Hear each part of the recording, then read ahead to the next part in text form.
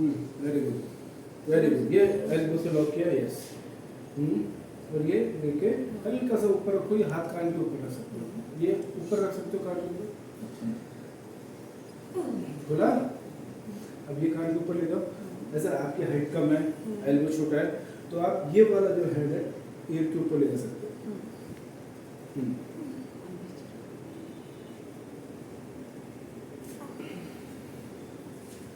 दोनों साइड खुला।